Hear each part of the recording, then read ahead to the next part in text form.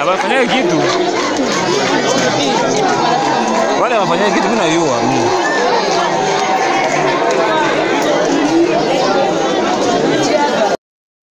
que Bisimwa auti pour répondre pour na likambo etali dialogue oyo batie le 18 na ngambu ya ba M23 ba pesi réponse na bango tozwi yango epande konabiso Steve Wembi.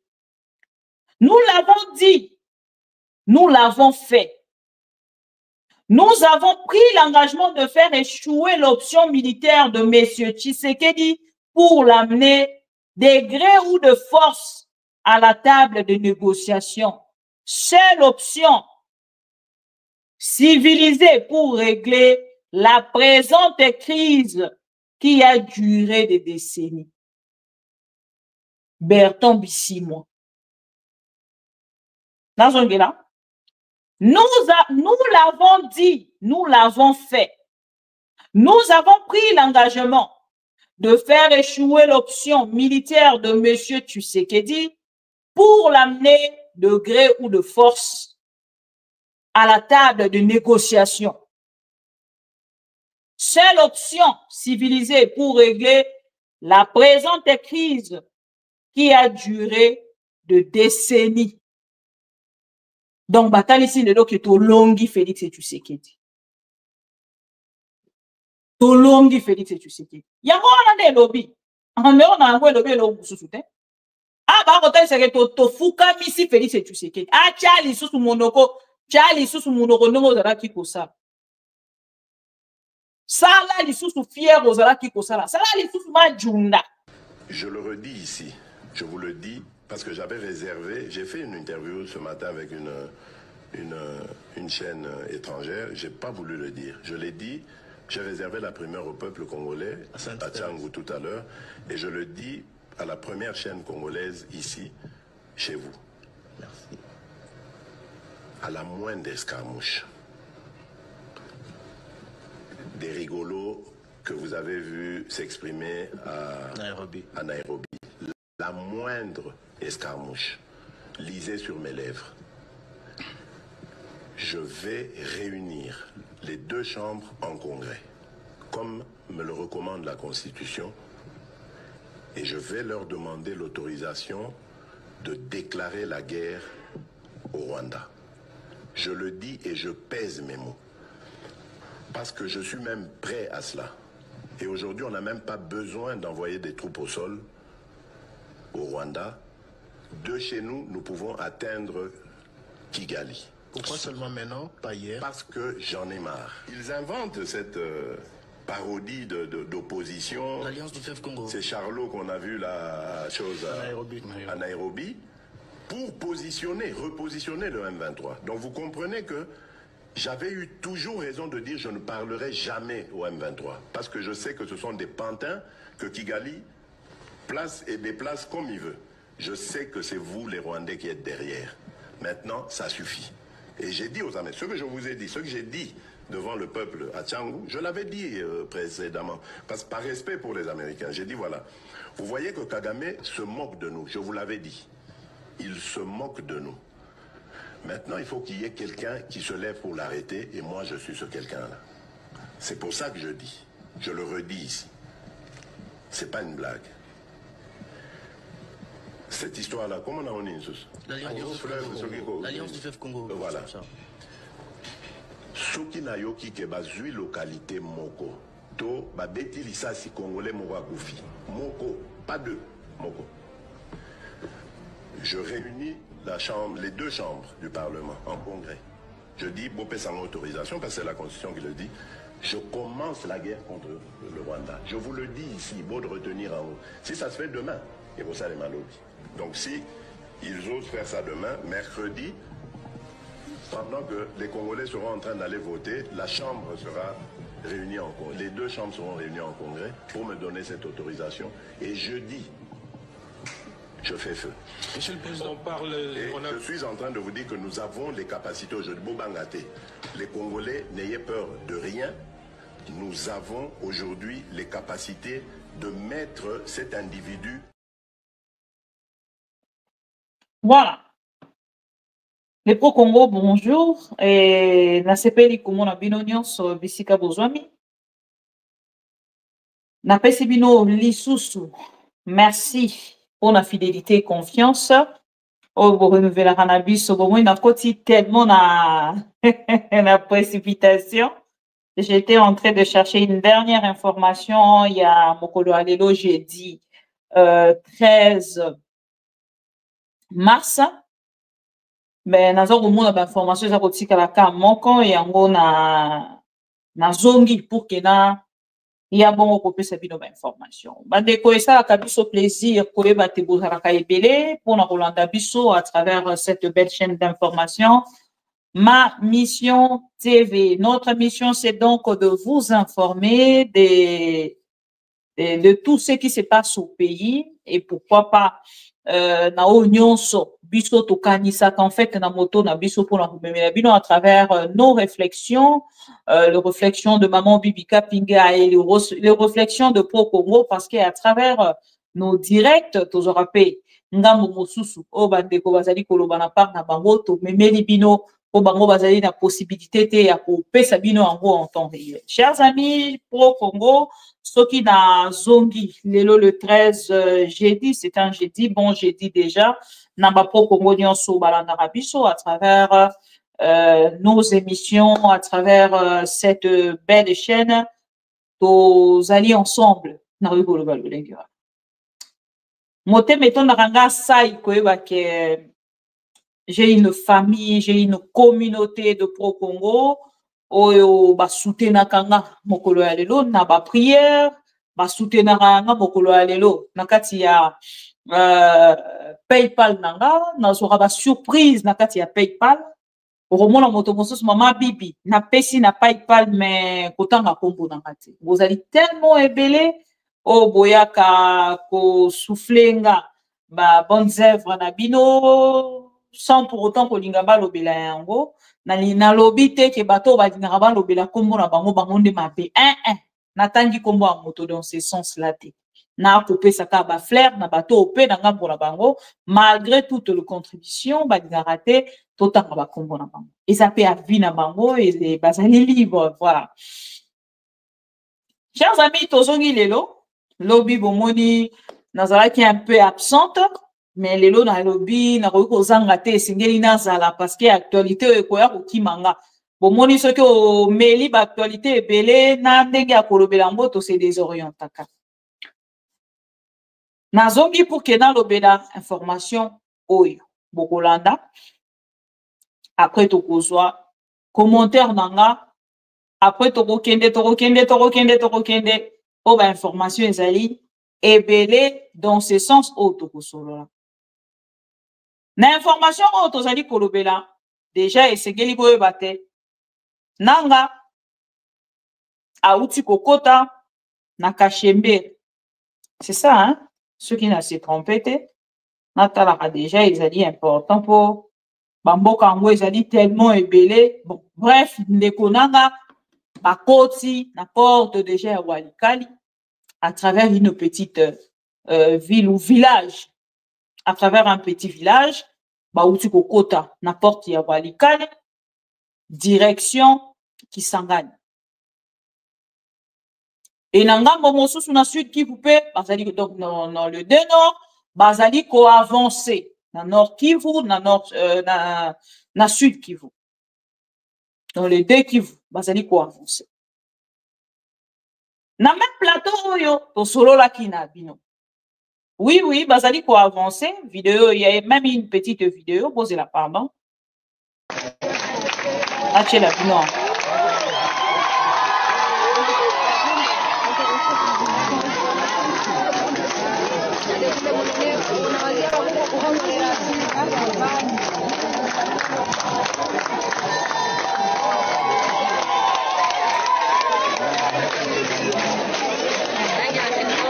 wanafanya kitu.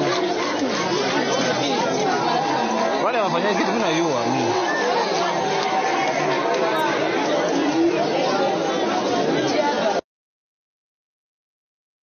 Voilà.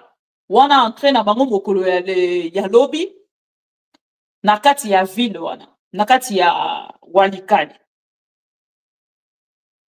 Alors, nazongi awa pour que to sekana mukie parce que nazoyeba te soki bino bokozwa temps quand même ya kokende kotala ba chaîne ya bajaleloliste baza ko continuer koloba nini na moment oyo tozali. Lobi totalisaki bino te Félix Tshisekedi akendaki kokutana na président angolais. Na kokende kokutana na président angolais basalaki lisolo ya kotalisa te le président angolais akozwa initiative ya kobenga ko contacter quand ya nanga pour que baya ba solola ensemble face à Félix Tshisekedi et les médiateurs. Biso na bino toyebisi bino ke Félix atiaki espoir ya suka na États-Unis d'Amérique. Les États-Unis d'Amérique a refusé l'offre de Félix Tshisekedi avec politesse. Et surtout que ça qui déjà bruit, les États-Unis d'Amérique a refusé ya kozwa makambo par précipitation. Tant que biso tolobi balobi on non tozane na problème ya anglais, toza ko comprendre anglais et États-Unis d'Amérique. Retourner kaka na batuana baloba ki Félix Tshisekedi a eu invitation à aux États-Unis d'Amérique l'un de ces 4 matins déjà d'ici les 4 avril. Félix a aux États-Unis d'Amérique. Invitation temo kolo ya lelo tomoni confirmation na yango te na gouvernement congolais. Lobi tango totalisi bino information ya makambo ya rendez-vous. Avant de toke na makambo ya rendez-vous. Po banano na o ezalaki ko brade ba richesse na biso. Tango biso tolobi yango, balobi non toza ko kosela Félix Tshisekedi makambo parce que nous aimons pas Félix Tshisekedi, parce que Tolingite Félix Tshisekedi a avancé, il y a eu vraiment des choses. Oyo lobamaki. Bande kolanga, je vous invite donc il y a kolanda vidéo oyo pour que ngana continue commentaire. Voilà. C'est l'heure du journal de l'Afrique. Soyez les bienvenus sur France 24. À la une ce soir, ce deal que pourrait proposer la République démocratique du Congo aux États-Unis. Kinshasa souhaite soumettre un accord sur les minerais à Washington, une proposition pour obtenir en échange un soutien diplomatique et sécuritaire. Nous serons à Kinshasa dans ce journal. La stratégie du gouvernement congolais pour obtenir un soutien diplomatique. Kinshasa pourrait proposer un deal sur les minerais aux États-Unis. Le pays peine à arrêter l'avancée du M23 dans l'Est alors que Goma et Bukavu sont tombés sous le contrôle des rebelles soutenus par le Rwanda. Les précisions à Kinshasa d'Aurélie Bazaraki-Bangoula.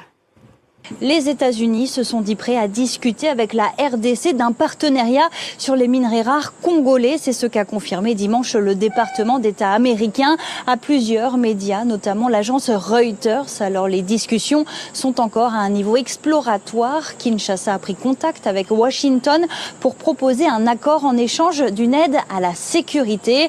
Alors les autorités congolaises n'ont pour le moment pas donné plus de détails sur la teneur de ces discussions.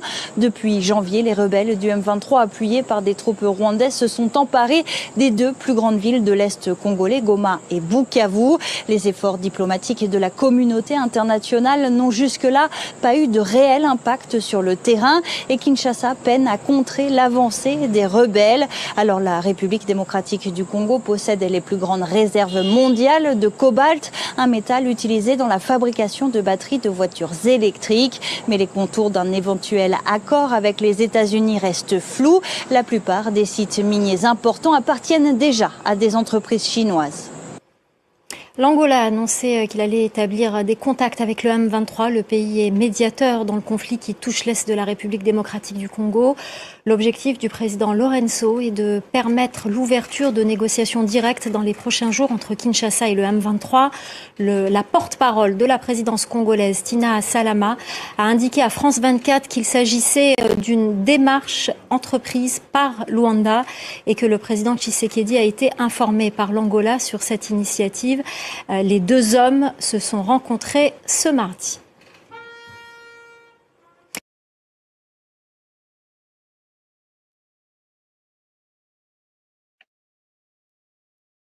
Voilà.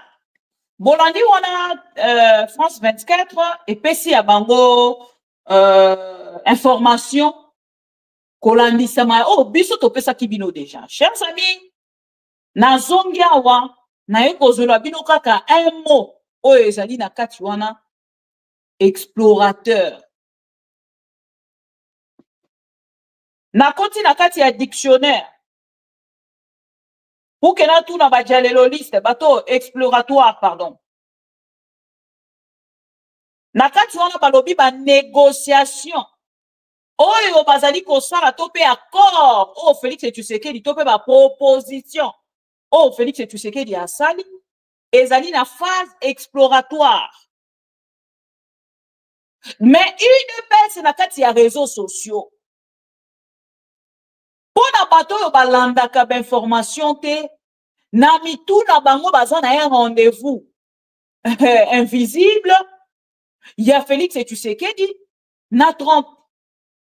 Azopesa aide militaire, les États-Unis d'Amérique ont encore frappé, ainsi de suite. Bino peton boka ka information boyoki etondi bino ekangi bino na cerveau.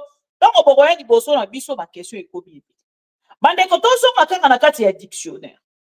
Donc tout na dictionnaire exploratoire elingi koloba nini. Bona bande ko ayi de personnes bozali ko partager cette information. Bona koloba ke Félix Tshisekedi diplomatie agissante, makambo ebele. Dictionnaire ezali koyebisa biso. Na sens politique, na yebisa ki bino ke rejet poli. Diplomatique, donc une réponse diplomatique. Il y a refus. Il y a ezali demande ya Félix Tshisekedi.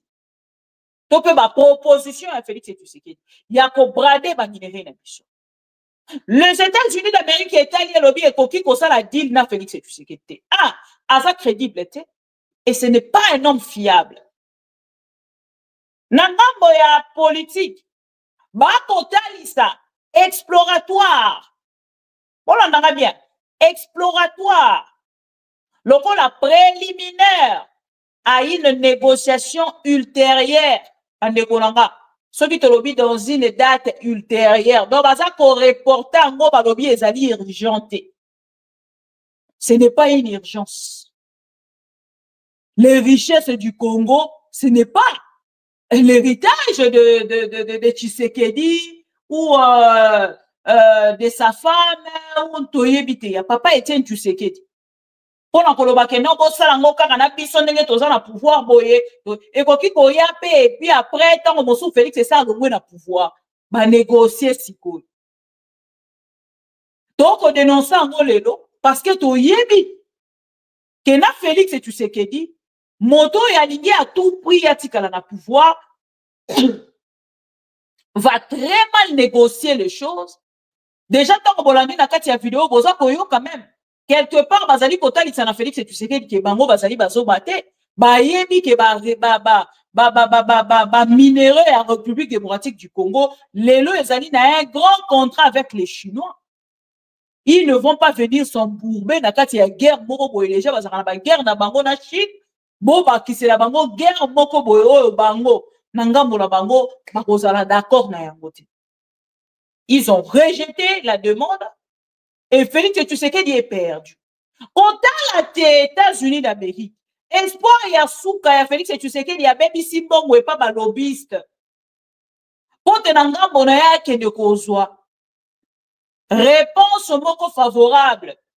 Abradant de richesse congolaise. Félix Tshisekedi a encore échoué. Azui sous échec na humiliation. Atali azalaki na choite alali alamuki aluki bilamba moni bilamba tale mama Denise apesi basket ou alataki mokolo ya loki ye wana akei na Angola et akei na Angola alaki même pas ba congolais bozo kanga soyez ça bien akei Angola alaki même pas ba congolais ba rejeter les États-Unis ba humilier les États-Unis akei siko ya Angola. Kokoma na Angola, bacheli carte na table pap. Félix Tshisekedi makambo eumeli. Ndenge ezali awa, tokei na likambo ya négociation na ba M23, message ya suka ya Angola. Lokolo olingi, kaka ngai Joao Lorenzo, ndena continuer dialogue wana, ekosalama awa, pour vous rassurer, lokolo ozana kimia te, kende na ngambo ya Est ya République, tope na région ya Grand Lac, kuna na frontière, na RDC, bamboka lokola Tanzanie, tope Kenya, Uganda, biso tondimi, to continuer yango, mais esengeli, bacheli carte sur table. Félix n'avait aucun mot ya koloba liboso ya président angolais. Il a plié ses pattes à Zongi Kinshasa. Arrivé à Kinshasa, Tina Salama, moutaza ko tenter koko sabiso. Oh non, le chef de l'État ne pour rien. Nakati ya likambo oyo, eza initiative ya Église catholique. Pardon, initiative ya le président angolais Joao Lorenzo. Bande kolanga, soki bolobi bozonga boke sima. Boke itako initiative ya Église catholique na ECC. E bandi awa, boke bozonga, nazomona même pas importance ya kozwa lisu ba video ya batu wana nyonso. Tomona ki video ya Peter Kazadi. Tomona ki video ya Eliezer Ntambo. Tomona ki video ya Paul Chilumbu. Tomoni ba video ya Jean-Pierre Bemba. Tomoni ba video ya bato nyonso ba soutenir Félix Tshisekedi, lolenge bakendaki na ngambo la bango ko insulter l'église catholique. Ils ont manqué du respect. Bande konanga to tia ba j'aime, to partager vidéo oyo et biso na ngambo na biso to loba, l'église gagne toujours. Parce que les biso na bino ensemble. Tomoni lolenge ni l'église catholique et cette fois-ci a télémi déterminé. Alors non, nous irons au dialogue. Babambeli Félix Tshisekedi pe liboko na mesa pap, bamoni Kagame, bamoni Nanga, bamoni batuwana nyonso, et lelo toyebi suite ya église catholique na ba démarche na bango nyonso ya suka yango ekei ko bota rendez-vous ya Félix Tshisekedi na le président Joao Lorenzo. Lobi ba meki ba meka po, boyebi bango tango bayaka, na koloba directement na Zakari Bababasu. Lobi bande kolonga ezalaki lokwa bombe, peut-être bino bokoki ko constater. Lobi ezalaki lokwa kake et kwei na quand il y a eu de paix. Fachi a accepté le dialogue. Est-ce que Fachi a accepté le dialogue? Non, Fachi ne peut pas accepter le dialogue. Boyebi que Fachi a loba qui ne négociera pas avec l'ennemi, surtout pas avec les pantins à Kosolo la kaka directement na chef naba. Chers amis, Nzambala la kate. Lobby information yaki, balobi na bisote, Félix Tshisekedi, akenda ki pona makambo wana te, azu information kuna. Donc, pona bino bolingi boyebisa peuple congolais. Tant bino boko luka ko gérer réseaux sociaux avec de fausses informations. Le peuple congolais a kotika la pona ko landaka ba fausses informations na bino. Non. Mon kolo ya lelo, chers amis. Bache date. Concert ya motomoko ezaki koleka bande koloba chadat. Enfin. Bache date. Enfin bache date. Boyoka.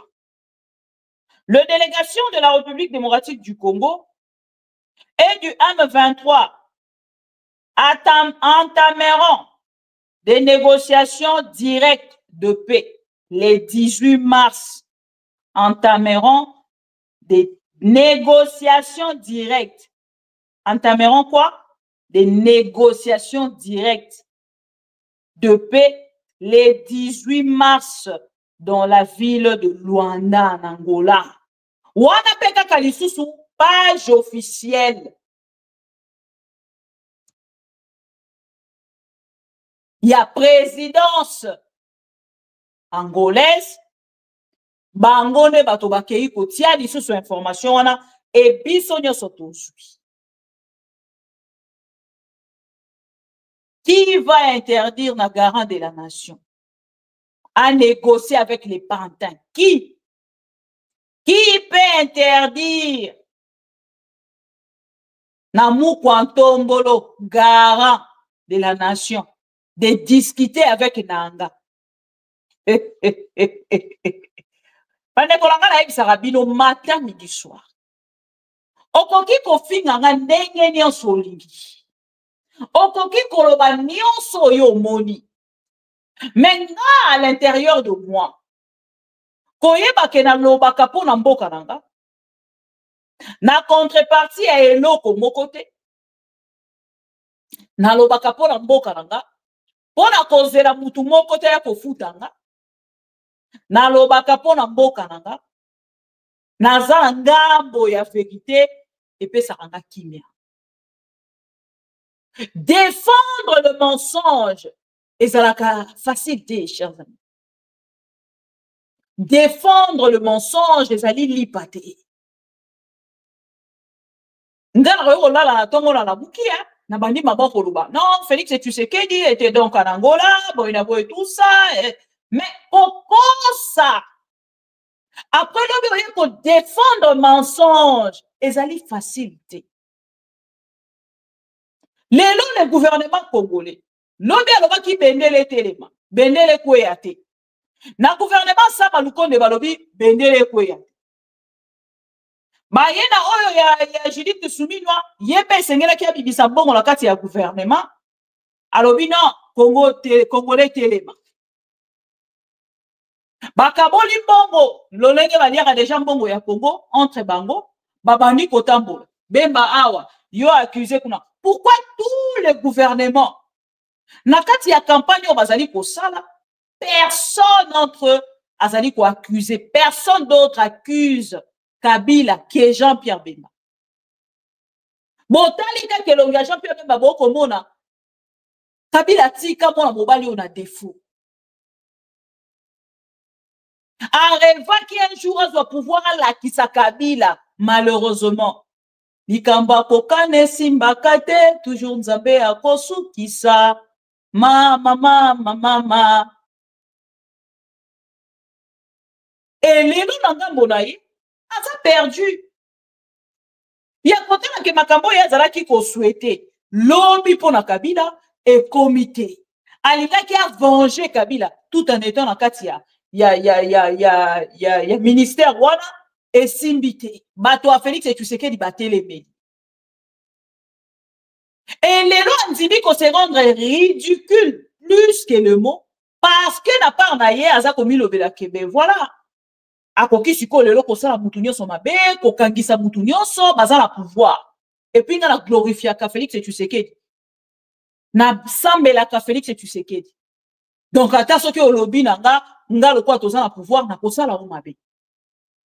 C'est ça la logique il y a Jean-Pierre Bemba lelo. Et partout ici kazali kotambola ça ko penser que kokene koloba kombo ya Kabila lolenge azali kokene koloba et ko changer quelque chose na moto ya Congo.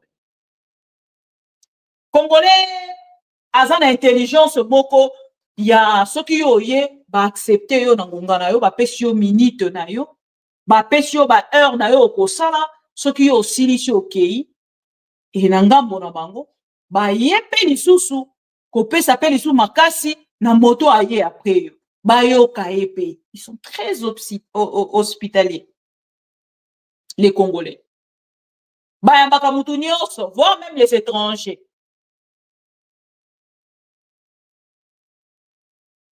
Et les noms n'a pas Jean-Pierre Bemba n'a pas besoin d'aller longuer Jean-Pierre Bemba ça dégueule. Bâtie date Jean-Pierre Bemba bâtie date peut-être aux informés quand on a informé bon titre de la vidéo on a de Jean-Pierre Bemba bon informé les gars de Jean-Pierre Bemba bâtie date de Jean-Pierre Bemba lobini il y a des tamboué bâtie date vous informé ou vous allez informer. L'IDP salobi na ngambo na ye les sanctions to bandai kolobango anabina. Les sanctions ekopé sa grand chose te. Ekopé sa solution te na Félix Tshisekedi. na lolenge oyo azali kolukela yango. Sanction ya kopousse bato ya kokanga bato na elamba, okopesa nga sanction lelo, okopesa nga ba sanction pour la Kagame, okopesa nga ba sanction pour la et vous kopesa eloko ya malonga te. Et lelo ba résultat yango. Félix Tshisekedi na ba déclaration nyonso asali asuki kozonga na se ya makolo ya nanga, asuki kozonga na se ya kokongole nyonso pona kotalisa ke na kokende dialogue baza kokoka kopesa information wana na peuple congolais. Ezali pilule moko bazali kokoka komela te. Bota la semaine otango ekosila, semaine ekobanda pona bakende na dialogue. Okomona bango ndenge maloba ekochange. Okomona bango ndenge bakochange façon ya kosalela makambo. Mardi le 18 biso nyonso tokozala na sima information. Toyebeleki ndenge nini. Namoni mama oyo nani comment les sous nani Tina porte-parole ya Félix Tshisekedi azui maloba pona koloba ke Félix Tshisekedi atikali kopesa accord na ete pona makambo wana e bayebi même pas soki Félix Tshisekedi aposa. Mama langa Tina, je pense que aux orateurs ya kolanda ba chaîne ya Mindele. Soki olobi olanda ba chaîne ya Mindele nyonso basa ko recommander eloko moko. Na lundi, gouvernement français bazui parole pona koloba ke Félix Tshisekedi solution oyo ezali pona kopesa na problème ya est ya république ezali na nzela mosusu te, ezali na nzela ya minduki te, ezali solution militaire te, ezali solution politique kozonga autour d'une table pona kosolola na processus ya Luanda. Et lelo il pèse nanga bola bango ba combien même si tobi to kende kosolola mais biso ba résolution 27 73 70 soki 73 biso tozana sima nango tolingi makambo esala manasance ya respect boye na boye tout ça. Mais boza eloko te face ya décision ya monde oyo batalisi bino ke bokozonga na dialogue ata bokei na gauche bokei na droite bokobeta kaka mutu na mur. Félix Tshisekedi auti kobeta une fois de plus mutu na mur parce que mutu eleki makasi yango lelo peuple congolais komi koloba nanga conseil mieux que les conseils. Bomoni esika bokomisi nanga conseil mieux que le conseil. Et lui koloba ke ba conseil nyonso ba pesa ki Félix Tshisekedi aboya ki yango mutu eleka ki makasi libanga meto azwi ni moko ya nanga azongi sima azwi ami bale kao ye wana ke koluka ba pesa dialogue akei mbangu na Angola. Oh non, le président a été invité, le président a été invité encore boy invitation te aura kotinda motote. Vous nous prenez comme des enfants. Tout ça pas naté a komi ki wele azoye ba lisu selo ko sala te. Il est perdu, totalement perdu. Diplomatie agissante to bozaki ko ebisa biso bo se rendre compte bino boko ki bo bone ko sala bato ya diplomatie agissante boya kota la vidéo oyo pourtant on biso to ko lo baba ko benga biso be étranger. C'est le gouvernement français. Donc, ce qui est l'Union européenne est déjà écopée, ça te loba boka na boka ça la sentiment na yango bon biso to sali ezali ba sanction ba benga ba sanction moko pression pour na ba ke de la table ya négociation. Ba koche lango même Félix Tshisekedi na mesa.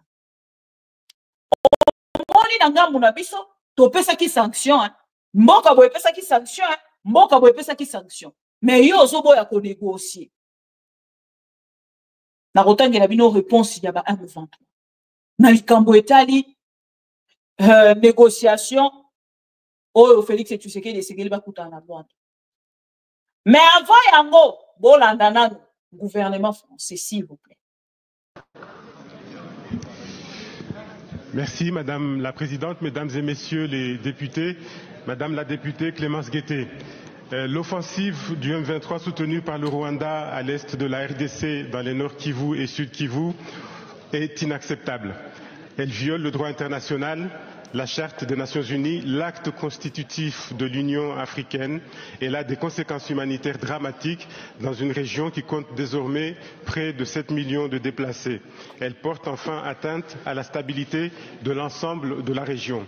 La position de la France est ferme. Nous condamnons l'offensive du M23 et le soutien du Rwanda. La position de la France a été constante. Nous le faisons depuis plus de 2 ans, notamment au Conseil de sécurité des Nations Unies. Les autorités françaises sont mobilisées sur tous les fronts pour une désescalade rapide et l'adoption d'un cessez-le-feu. Le président de la République et le ministre Barrot ont porté ces messages à plusieurs reprises auprès de leurs homologues rwandais et congolais. Au Conseil de sécurité, la France a porté la résolution adoptée à l'unanimité le 21 février qui condamne pour la première fois en des termes aussi clairs l'offensive du M23 et la présence rwandaise en RDC. C'est un message fort car unanime. À Bruxelles, nous avons soutenu l'adoption de nouvelles mesures restrictives pour faire pression sur les partis et revenir à un processus politique. Sur l'humanitaire, le ministère des Affaires étrangères est mobilisé pour renforcer l'accès en RDC des besoins élémentaires. Sur la question de l'aide au développement au Rwanda, nous avons mis en pause la signature de nouveaux projets.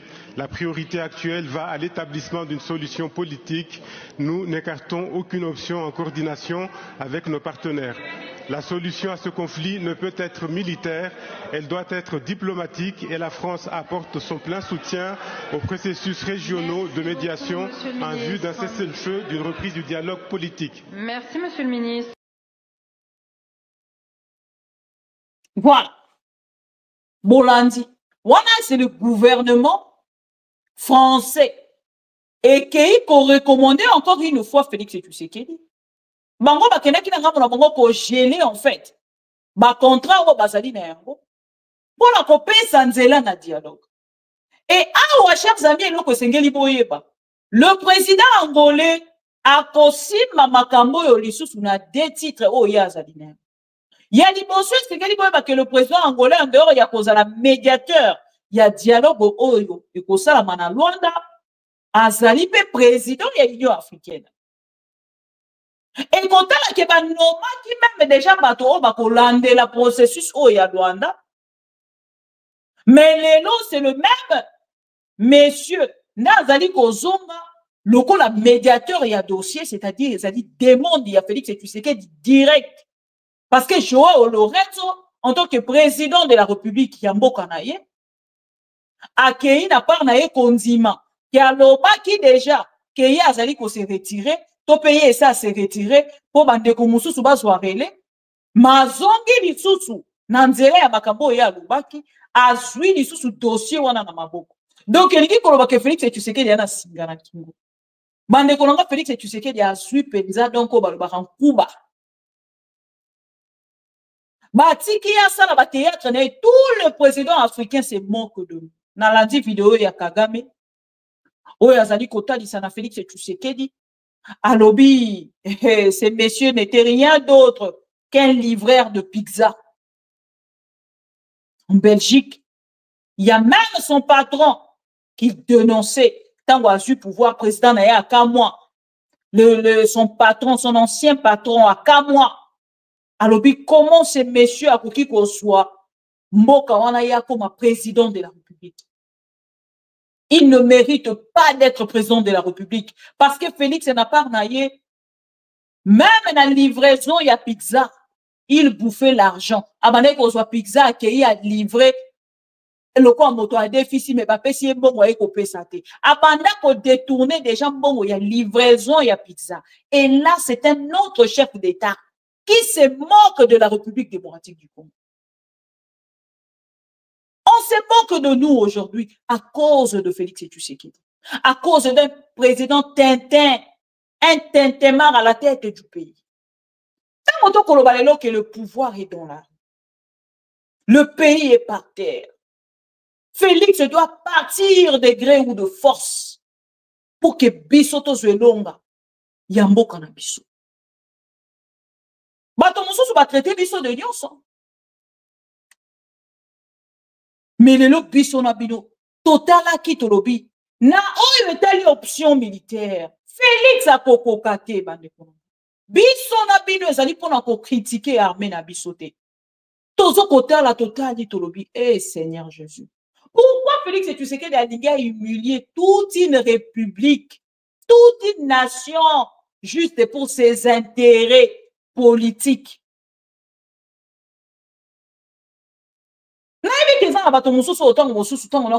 Mama Bibi, tu exagères. Ndekolanga. Yakana munanga mbonanga. Zwana mumakambo ya Félix Tshisekedi. Na seto ya sali lobana muloko na Congolais. Oya zali ko garder ba valeur. Longola na nu nani Masha Mamen. Longola na nu ke Félix Tshisekedi makila nanga. Longola ngona. Ndekolanga. Félix Tshisekedi na 7 ans. Secteur nini marché.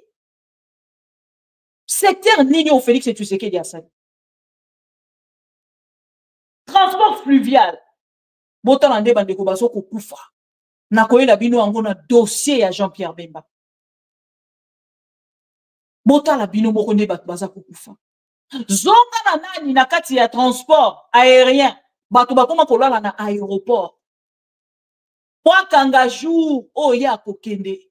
Azala muto aliboso akota muto aliboso basa ko wele l'avion lokola bato ba ko wele la 207. Donc tokomi na ba 207 ya likolo ndekolanga. Banzela o Kabila atikaki. Ata o Kabila atikaki soki ezalaki 3. Soki ezalaki 5. Lelo ata moko te ezali en bon état. Ata moko te. Bokasa, Kasavubu, nini susu, Wileri, na otangi la bino.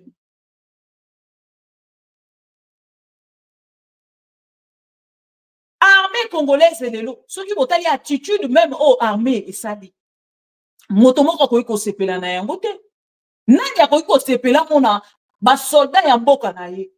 Bazali koloba makambo nyonso biso to diffuser pour na bino. Mais ce que otali, c'est parce que nous n'avons pas des autorités. Oh, bah ça la volonté ya komema mboka quelque part. Bande konanga. Likambo ya dialogue eza koloba ma. Quel que soit au UDPS koloba. Bande konanga to comprendre bango. Na même plateau ngana ka koye bisabino. Démission, guerre, dialogue. Démission, guerre, dialogue. 3 options. Dialogue, Félix Abouyaki. Je ne vais pas négocier, je ne vais pas faire la guerre. Mais vous allez faire quoi? Rester au pouvoir? Non, le Congolais aussi, baboui. Les lots Félix et tu sais qu'il y a à côté là. Il y a beaucoup à côté là. Même demande à ça, il y a des opposants.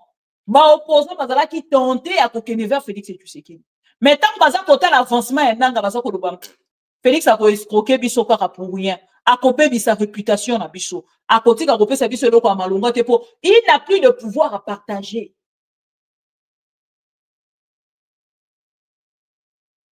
Asa azoye belo kwa kosala te. Atali nanga mona ya zoloba. Na dialogue yo na rokende na bango, mais na rokende ko rouler bango. Ndeko nanga. Dialogue boy bisa Félix et Tshisekedi. Nega roula kan de konabiso Vital Kamerhe. O roula Kabila na UNA na FCC. Nega roula bato nyonso baya kopesa yo aide. O roula Kabund, o roula Kagame, o roula Nanga. Dialogue eza ya ko rouler moto. Parce que 99 jours ezara moyibi. Un jour ezara ya nzambe. Dialogue des autres dans les 18. À Kosolo, les 18. Naba M23. Nous n'allons pas négocier avec les panthères. Nous n'allons pas négocier avec les pantins. Où en sommes-nous? Où en sommes-nous? Nanga conseille mieux que les conseils. Nanga conseille mieux que le conseil. Oui au changement. Beaucoup mis à niveau ni. Oui au changement. Beaucoup mis à niveau ni.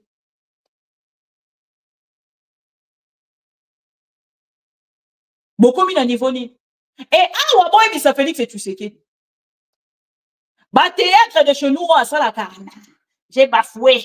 Non, je vais boycotter. Je vais. Tozo kose la so qui bino pena bozala qui d'accord tena dialogue au les 18 boke d'été. So qui Félix et tu sais qui diaza mobali. So qui Félix et tu sais qui est un homme. Botine de la Félix et tu sais qui. Maman bibi kapinga lobi. So qui ozali mobali. So qui ozali mobali. Kokende le 18 été. Soki ozali mobali, yo lobaki okozela bango depuis Oya. Vanda na Oya zela nanga, kokende te. Po bino boyebi information wana te, bokendaki kaka juste pour na informer bino. Ok? Tout pesi bino, bonne chance. Po oyo tina sana malobi lelo. Mensonge tina sana makati sous lelo. Oh non, le gouvernement congolais n'a pas encore donné sa version n'a pas encore donné l'accord. Bon, c'est la pardon. Dans un endroit quelque part, oh tina sana malobi. Et c'est ça quelque part. Oh non, le gouvernement congolais n'a pas encore donné son accord. Non, ça me fait rire. Voilà. Dialogue direct en Angola.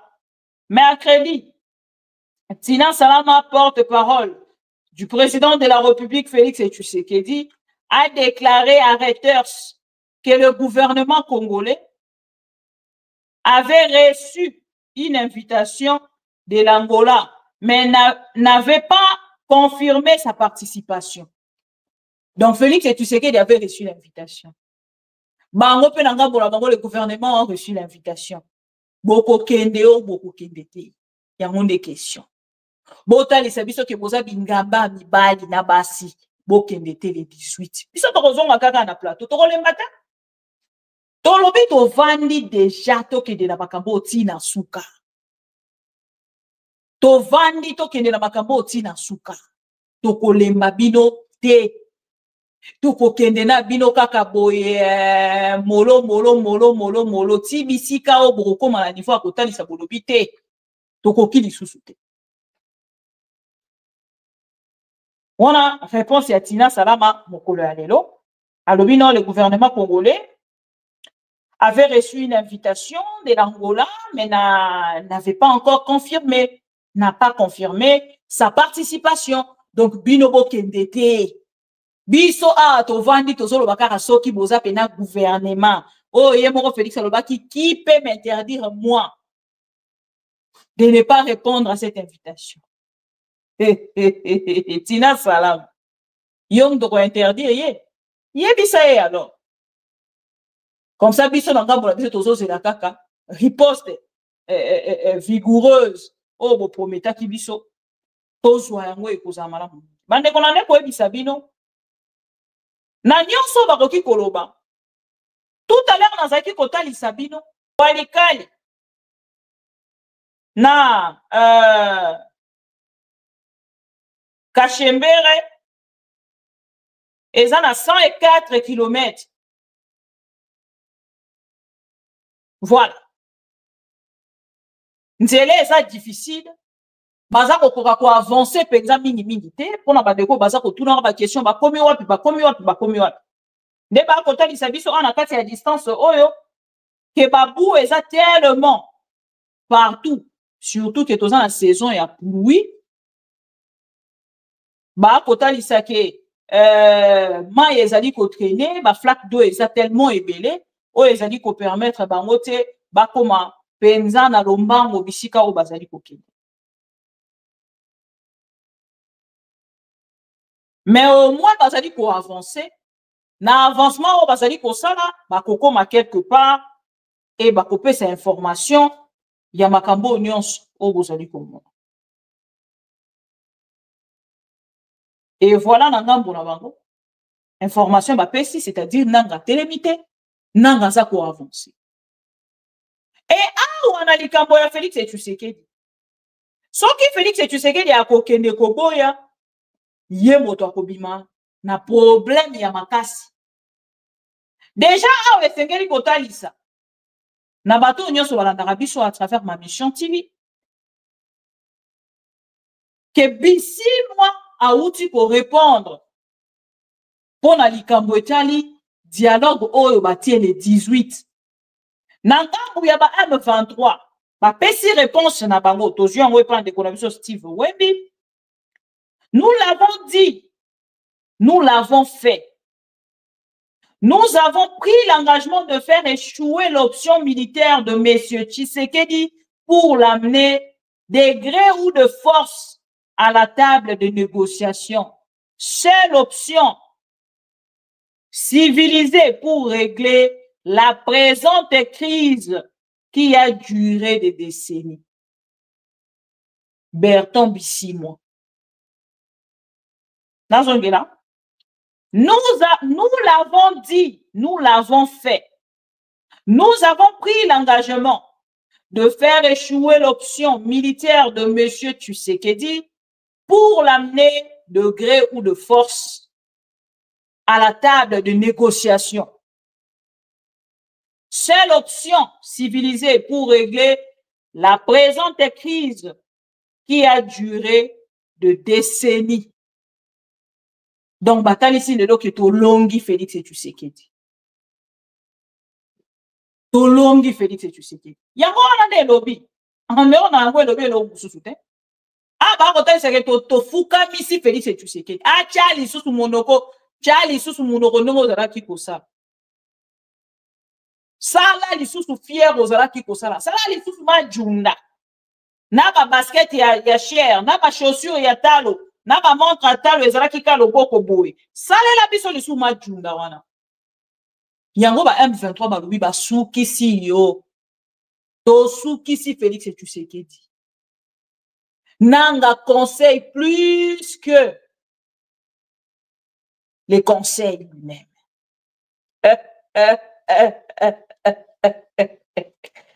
Fatibe Beton, muka tongolo be, mwana mai be, mwana mai ya zui ya ye, ka.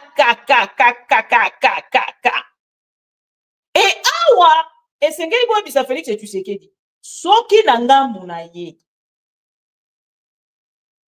Atalisi kaka ke dialogue ya kokinda ngo te. Akoza suite fin. Akomona pena ke bato bakotalisa ba koloba ke biso pe tozana makambo mususu akosala. Soki ba président nyonso batikaki dossier oyo. Mais biso na ngambu na biso to simbi to kende na ngoti na suka. O lobby déjà mokolo ya lobby EAC na SADC bakosangana lisusu. Pona ko kende ko évaluer réunion na bango basalaki les 6 ya Troïka. Félix Tshisekedi moto akile. Et koloba ke le gouvernement congolais nano a pesi participation na été biso tozozira. Ceux qui vont comme ça, bah congolais pour gérer les réseaux sociaux, bonne chance à vous. Mais ceux qui posent la question pour le bapena bongo ne yango ekosalema to kozela les 18, les 13 lobby ezali réunion SADC et EAC et biso na ngambo la biso to kozonga pona likambo etali analyse lobby bakolubani. Komoni awa kaka Angola zui initiative mbala moko SADC pe na ngambo la bango pak basangani lobby de 13 bakosanga. Bakopesa nini? Parce que là Félix est en train de gérer comme la communication na ye, baluka ndeni ya ko gérer ba fokon na bango ba partisans na bango. Nous de notre côté tozo tala. Tozo jimé.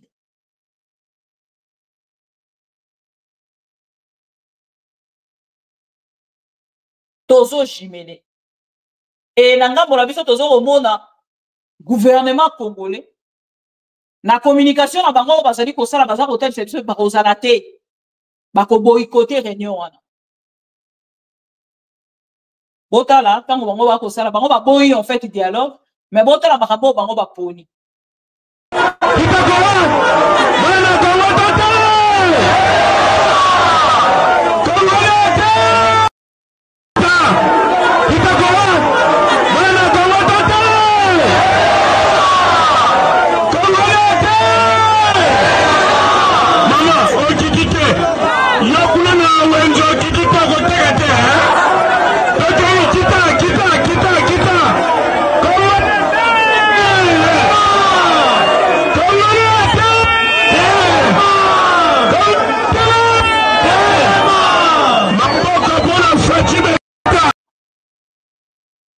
Voilà. Alors, quand on a Félix et Tshisekedi, a titi porte-parole naïe, salama, kolobana biso ba congolais, keya ko kendete, ba ko participer te, nano ba pêcher autorisation te, nano ba répondre te. Ça, c'est une communication pour gérer des partisans. Le quoi, ba Guili, ba Eliezer, ba Peter Kazadi, ba Jean-Pierre Bemba, pour naïdi ça, bango bo continuer à soutenir, ngabo sa la promotion en combo, nga bisika nyo se bozo kotambola. Gouvernement moko esali koya pona bino. Pour gérer ba. Boyebi Félix et Tshisekedi ninga asalaka. Akei lelo, lobi azongi na 2 pas. Asali 1 pas en avant, 2 pas en arrière. 1 pas en avant, 2 pas en arrière. Félix et Tshisekedi asalaka. Mais ce qui a continué pour ça, cette fois-ci, président a 2 titres de Bisibino. Président Union africaine, na médiateur. Donc, ce qui Félix et Tshisekedi a continué la délégation télé 18, Bango va recevoir bonne note, va recevoir acte. Ils vont prendre acte. Et je pense que les noms déjà, quand que Félix et Tshisekedi a isolé, ou on est comme un isolement 3 fois 5. Il de peste, on se sengeli bossa, les alliés cause à la sérieux. Lobby Félix et Tshisekedi a kolongo la pouvoir. Soki akoyela rabino ata na 2100. Ton à 2050. Ton à 2060. Bozui li sous pouvoir. Boye balolenge nini ya kokamba yango. Et puis nani esengeli ya simba pouvoir wana. Soki boko zwaka. Oui, parce que ça reste à vérifier. Soki boko zwaka li sous pouvoir. Boye beloko akosala. Toyebisaki bino ke dialogue ezali option moko incontournable leloto suki wapi. Est-ce que boye kotala nga boye na face? Boyebisanga siko ke entre ngai na Félix et Tshisekedi nani azali rwandais. Po ye azali ko kene komona bango na Angola le 18. Entre moi et Félix et Tshisekedi qui est angolais, qui est rwandais. Parce que bozo ki ango lokola insulte. Boya koyebisa biso. Boye kotala nga en face boye bisanga vérité. Lolengeni nanga morabino. Bozali kozwa sikoyo initiative au Félix et Tshisekedi azali déjà na sima. Bako sabino mais bisote. Pourtant au Félix et Tshisekedi akendaki na EAC to bendaki matoi. Ba bendaki matoi. Naza ko se rappeler za na tata moko aya awa même na charte mobimba. Aya ko benda Félix et Tshisekedi matoi. Atanga même. Vous y êtes. Article 4. Ça c'est le traité. Non, oui. Ça c'est le traité que nous avons signé. Le traité que le Congo a signé. Article 4. Voilà. J'y suis.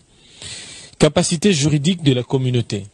C'est ça? Oui. La communauté a la capacité à l'intérieur de chaque État membre d'une personne morale avec succession perpétuelle et a le pouvoir d'acquérir, de détenir, de gérer, de céder des terres ou d'autres propriétés, d'ester en justice et d'être poursuivi devant les tribunaux en son propre nom. Ce qui m'intéresse, c'est d'acquérir, de détenir, de gérer et de céder des terres. Okay. Est-ce que le Rwanda a des terres à céder? Le Burundi, pareil. Le Kenya. Ça, c'est les traités de la communauté de l'Afrique de l'Est. Oui, nous y avons adhéré. Nous sommes dedans. Et à un moment donné, le chef de l'État avait fait une communication pour dire que Nous appartenons maintenant à cette communauté. Donc, on peut acquérir une terre d'une autre communauté. Ça nous est visé. Oui. Ça nous est visé. Gérer, céder des terres. Oui. Ce sont des probabilités. C'est là où nous en sommes aujourd'hui. Oui. Les Kenyans sont venus pour ça. Notre problème, j'ai dit, nous sommes en quelque sorte les conseillers occultes du chef de l'État parce que le pays nous appartient. C'est pourquoi nous faisons toutes ces recherches-là pour donner de la matière à ceux qui sont actifs et donner de la matière au chef de l'État. Peut-être qu'il n'en a pas besoin, mais moi j'ai un long parcours, un engagement politique assez conséquent où je sers le pays. J'étais dans les grands rendez-vous où on parlait des questions du Congo. Donc aujourd'hui, nous ne pouvons pas nous laisser manipuler par des petits États. Le Congo, c'est un géant de l'Afrique. Vous voyez, peut-être que vous allez approfondir la lecture, vous verrez qu'il y a des choses qui ne tiennent pas debout. Le chef de l'État va discuter, nous sommes agressés. On a pris nos terres. On a massacré plus de 12 millions de Congolais. Nous irons discuter quoi? Nous sommes occupés présentement, je ne sais pas. Voilà. Bolanda yango. Boyoka ka conseil wana. Boyoka te. Les locaux vont dans la victoire diplomatique. Victoire diplomatique. Diplomatie agissante. Dekonanga. Toye bisa kibino ba sanction. Oboke koluka. Nyonso boza kosenga la libanda. Ekoya ko s'appliquer. Na kati ya République démocratique du Congo sur terrain. Tant que les lots face yaba M23, toza zéro na armée na biso Félix et Tshisekedi akei ko koti sa ba groupes armés et ça passe pour que to avancer. Na bisika nyonso Félix et Tshisekedi akokende akobandaka kosenga retrait ya troupe ba retrait ya ba troupe na bango ya Rwanda. Retrait ya ba troupe akotikala ka na chanson wana et yepe Kagame na ngambu na ye lokole esi azui quelques éléments oya tchelo kwa ba preuve na ye ya koloba ke no ba FDLR baza na République démocratique du Congo donc on continue na chantage wana et ce n'est pas d'un seul jour ne to kokende ko réorganiser armée to créer rapport de force moko a munene face ya ba M23 pour to stopper bango ce n'est pas aujourd'hui.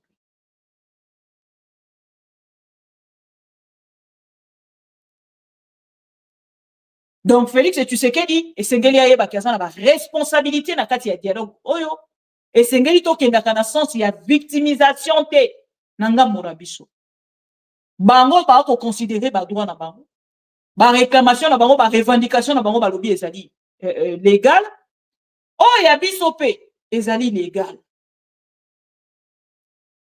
et Félix et Tshisekedi soki akozwa kaka sens ya responsabilité te et kozala regrettable pour le Congo, pour to kotika la co-avancer et sika mon côté, chers amis. Donc, de gauche, tous on à droite, et les mailles ba FDLR au Félix et Tshisekedi akenda ko beta tolo kuna lobi oui ba FDLR bazali et ko joua kaka na balance na kati ya dialogue. Et kozala ezali preuve moko munene pona. Et puis, on a l'option de faire une aventure. Mais bango pour la bango avec les vidéos on va diffuser. Rwanda pour la bango ils allaient preuve ya mune. Et puis, on a pour la biso to ozongo kaka oh Kagame aleki simbi. Oh eza prétexte. Eza prétexte. Rwanda aleki si. Mais il est allié. Il est l'essentiel pour lui à su preuve na ye. Félix Antima yango a reconnaîtra yango. Et à boto longwakano na ba débat moko terre à terre. Pourquoi la bande on nyoso to sali tango Kabila avant le la pouvoir. Rwanda yaki lisu na mboka na biso te. Banda 2013 Rwanda yaki lisu na mboka na biso te. Nini esali te Rwanda yako situka aya. Bisele la yako ebisa biso nyoso. Toyoka makambo bisele la aloba. Boyoka makambo bisele la loba. Donc aujourd'hui, chers amis, toza soutenir l'eau mususu te ya kozela. À part départ, il y a Félix Tshisekedi.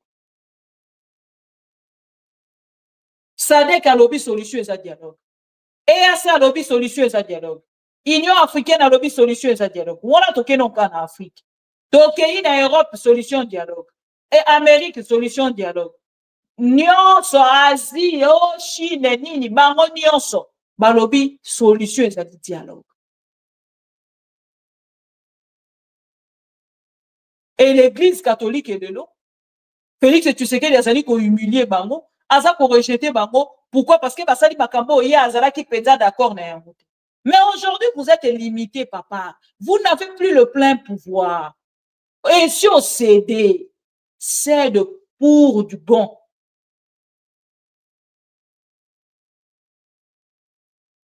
Je ne sais pas, hein, toi tu que la Félix est temps.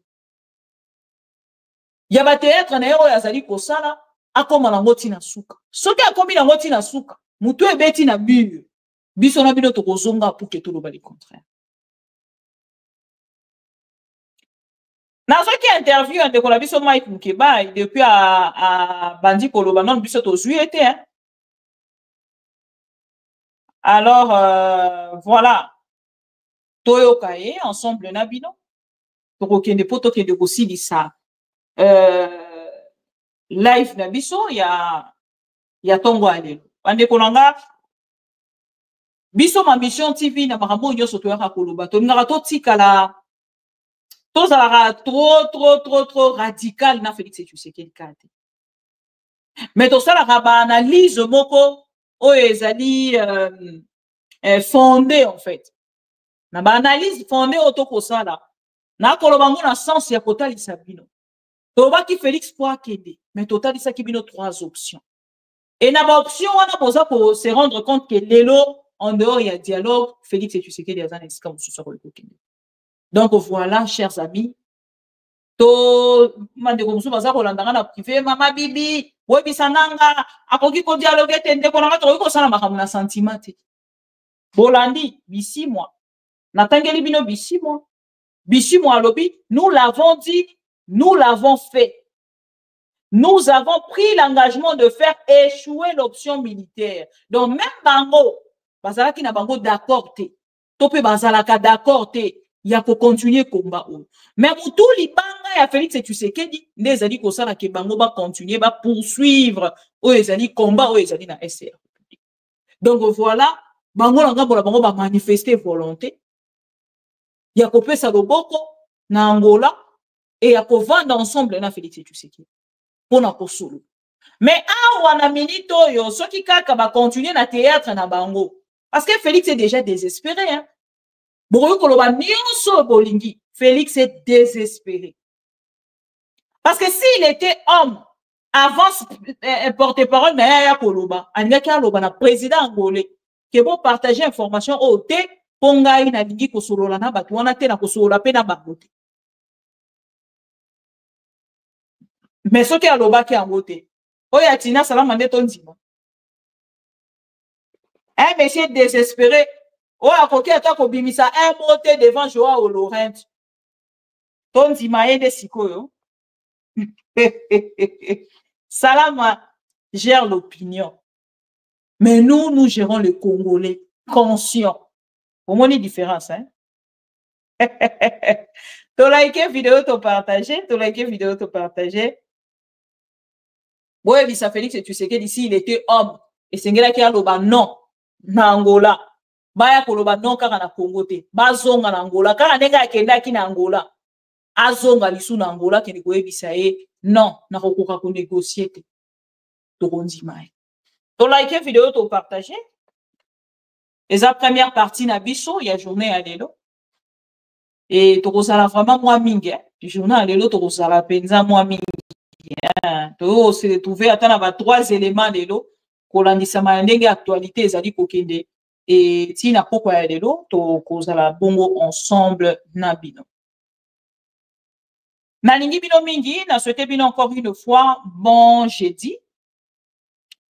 lelo ezali les 13 toyebi ke ezali na bakongolais mosusu bazali kolela bandeko na bango toprésente bacondoléance ezali na bandeko mosusu bazali mpe kofete baanniversaire na bango mokolo ya lelo tosouhaite bango joyeux anniversaire ndenge balobaka ezali na place mosusu bakolela place mosusu baza kosepela ezali loi ya nature ça ne vient pas de nous voilà alors bonne journée na bino tobandi journée na élément oyo ya makambo etali dialogue et na ngambo na biso toyebi ke tokosilisa journée en bonté po tokozwa lisusu actualité na ngambo oyo etali rencontre ya EAC réunion conjointe EAC SADC toza kozela yango tout à l'heure tokozonga mpona kopesa bino plus de précision na makambo oyo bango bakosolola mokolo ya lelo nayebisaki bino na kotyela bino ndeko Mike Mukeba tomona ekala namoni à travers beaucoup de vidéos et na s'intéressaki mpe na vidéo oyo mpona kotia ye parce que alobaki na likambo ya dialogue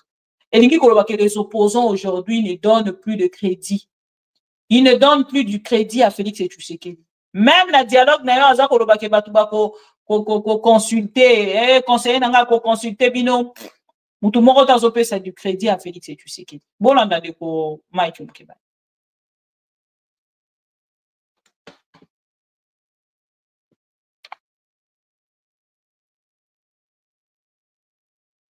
Félix Tshisekedi n'a rien d'autre que l'élargissement de l'union sacrée. Donc c'est dire que vous acceptez cette main tendue, vous adhérez à travailler aux conditions de Félix Tshisekedi dans son gouvernement qui a totalement échoué.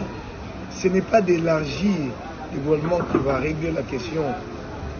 Ce n'est pas d'élargir le gouvernement qui va changer le rapport de force sur le terrain militaire. C'est avant tout d'engager un vrai dialogue entre Congolais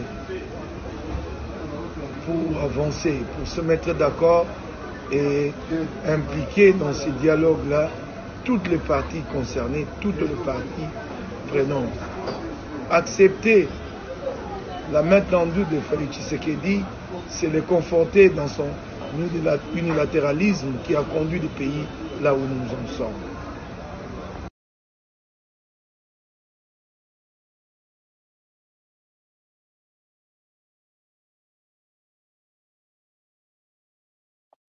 Voilà. Bolani de Mike Mukeba a déconseillé na ba opposant. Oh, baza na rêve ya kozala embauché na Félix Tshisekedi. Atali si bango avant ba débaucher bino. Topé ba embaucher bino pa Félix Tshisekedi. Boko ma retravailler pour son compte.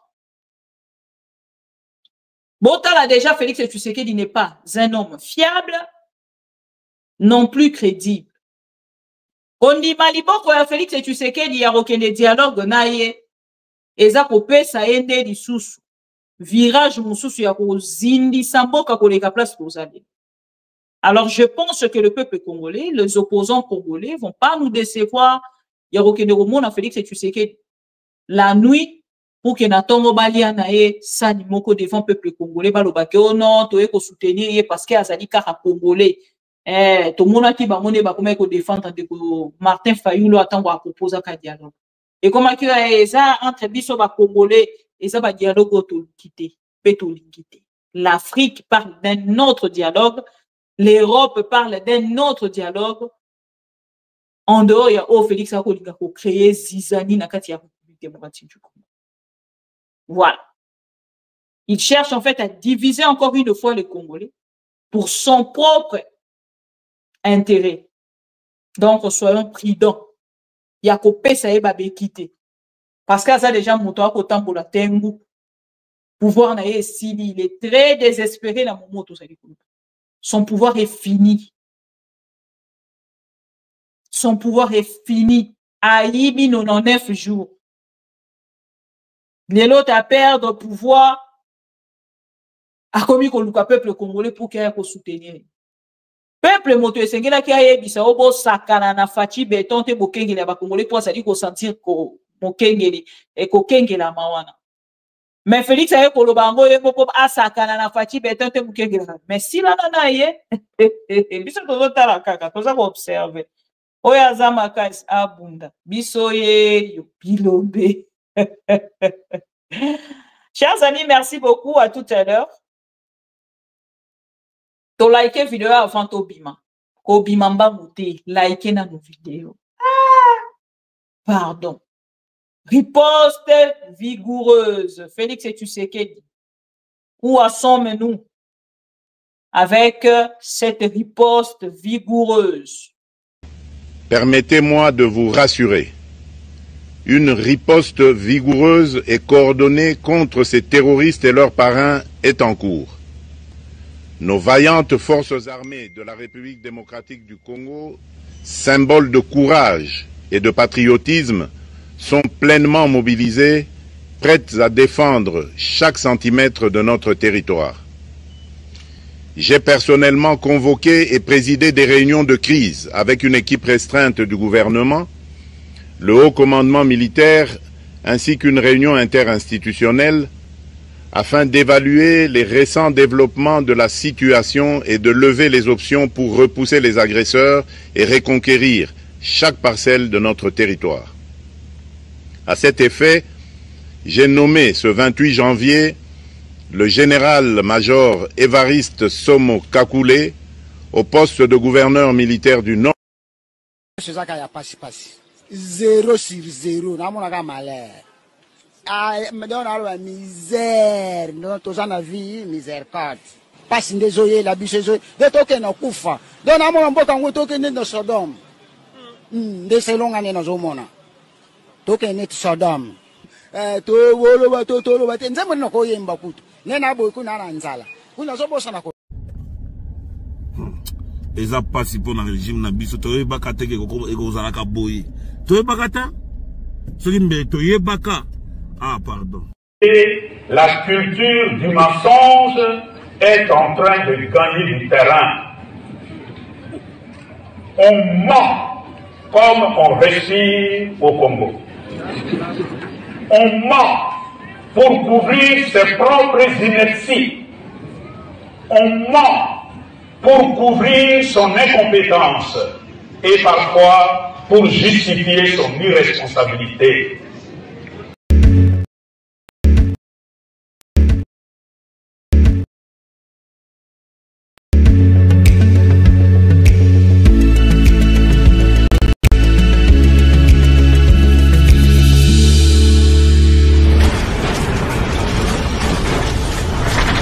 Ma mission TV, le miroir du monde.